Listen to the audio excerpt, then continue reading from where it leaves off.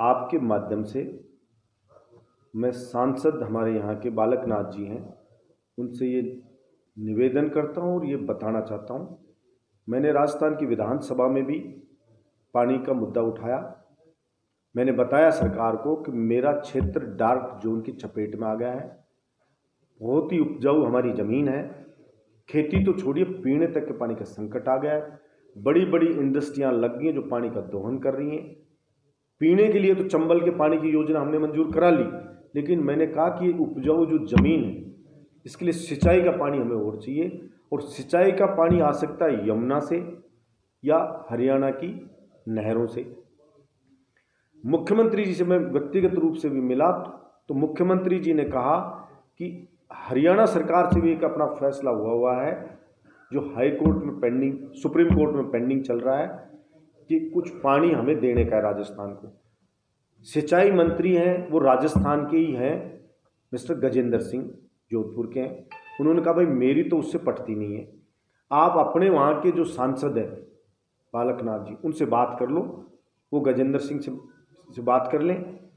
अगर वो वहाँ से हरियाणा से तक का बॉर्डर तक का खर्चा वो दे दें, या कितने भी 1000 करोड़ लगें, यहाँ का पैसा मैं दे दूंगा। नहर से हम आपके राठ क्षेत्र में पानी लाने के लिए जो भी लगेगा, और साबी में बांध बना के डाल सकते हैं, और नहरों से भैरोड, मुंडावर, किशनगढ़, तिजारा, जो भी पूरा अलवर, इसके अंदर सिंचाई के लिए बानसूर, कोटपुतली तक अपन सिंचाई के लिए पानी दे सकते हैं। वो बात कर ले।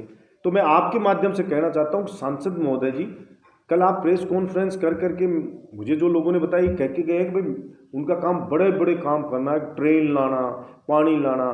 तो मैं कहता हूँ ट्रेन की हाथ जोड़ कर भी टाली कर देंगे हम, बाद में ले आना थोड़े दिन।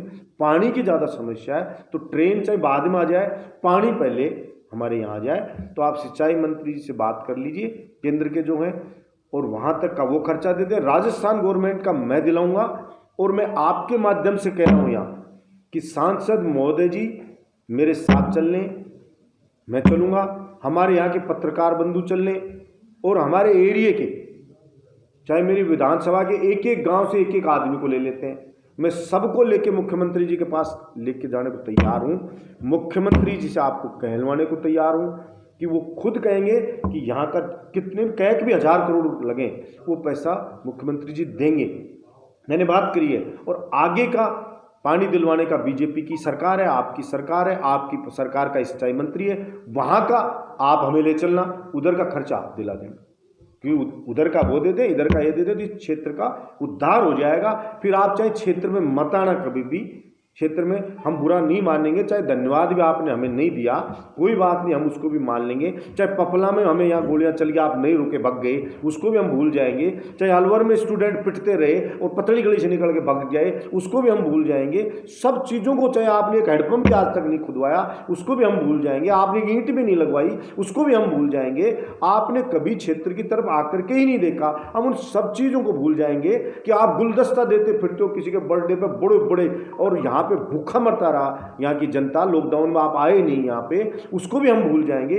लेकिन हाथ जोड़ के मेरा आपसे विनम्र निवेदन है, विनम्र, कि आप हमारे क्षेत्र में ये पानी वाली जो समस्या है इसका समाधान बालक नाथ जी करवा दीजिए। हम आपके एहसानमंद रहेंगे। आपने चाहे मोटरसाइकिल भी किसी की नहीं छुड़वाई होगी आज तक, किसी गरीब की VCR कट गई होगी, आपने नहीं छुड़ाई होगी। सब चीज़ों को भूल जाएंगे हम, और हम आपका गुणगान करेंगे कि हमारा काम करवा दो। आपने बोला भी था चुनाव में कि मैं पानी की समस्या का समाधान करूंगा, पर ऐसा मत करिए कि मुझे गांव के, महाराज बालक नाथ जी का गांव है ना, वहाँ के लोग भी कह रहे हैं कि हम पानी से परेशान हैं। वहाँ भी मैंने एक बोरिंग सैंक्शन करवाई है, और करवा रहा हूँ, गांव गांव करवा रहे हैं। वो कह रहे हैं कि हमने जितना चंदा दिया बालक नाथ जी को, चंदे का ही पैसे की बोरिंग करा दें, वो भी नहीं हुई है। तो ऐसा अन्याय मत करो। मेरे क्षेत्र की जनता बहुत भोली भाली है, आपको सराखों पे बिठाया, उस जनता का दिल मत तोड़वा। आप सिर्फ अपने लिए वोट मांगने आए थे, और आप फिर नगर पालिका के वोट ही मांगने आए हो। आप इस क्षेत्र के गांव में जनता को जो सिंपल एक कटसी होती है कि जीतने के बाद हर कैंडिडेट जाता है धन्यवाद देने कि आपने मुझे चुना, आपका बहुत बहुत धन्यवाद। वो भी आप गए नहीं, फिर भी सब भूल जाएंगे, लेकिन ये आप करवाइए। और ये कुंड रोड, जैसा आपने कहा कल प्रेस कॉन्फ्रेंस में कि हमारे कार्यकर्ता ने, पर्यावरण प्रेमी ने हाई कोर्ट में रिट लगाई थी, उस रिट के कारण 1 साल से ऊपर ये काम रुका रहा, चालू हो गया था, काम रुक गया स्टे के कारण। ऐसा अन्याय मत करो, ऐसे अड़ंगे मत लगवाओ आपके कार्यकर्ताओं से। हमने कहा था हम 1 पेड़ कटेगा 5 लगा देंगे, ये रोड कब का बन चुका होता। अब वो मुआवजा दिलवा दिया चौड़े करने का, पेड़ कटाई जो थी उनका टेंडर होगा शिफ्ट करने के लिए, वन विभाग को 5 करोड़ मैंने सरकार से वो दिलवा दिए, पेड़ शिफ्ट भी हो गए, मोस्टली सारा कुछ हो गया। आपको तो पता ही नहीं, आप करो अभी 4-5 दिन शिफ्ट होने लगे, क्योंकि आपको पता नहीं 3.5 महीने पहले तो अखबार में छप चुका है, पेड़ शिफ्ट हो गए सारे के सारे। और बिजली के पोल शिफ्ट करवाने का वो करवा दिया, और अब ये काम को चालू होना है। अब आप धमकी कोई चढ़ा जाता दे कि मैं 20 को घेराव करूँ, एक दिन आए थे अखबार में छाप के, अब आप घेराव भी नहीं करो। अब आप कहते को ठेकेदार कंपनी से बात होगी आपकी, अब हम टाल गए आगे का। तो ऐसा मत करो।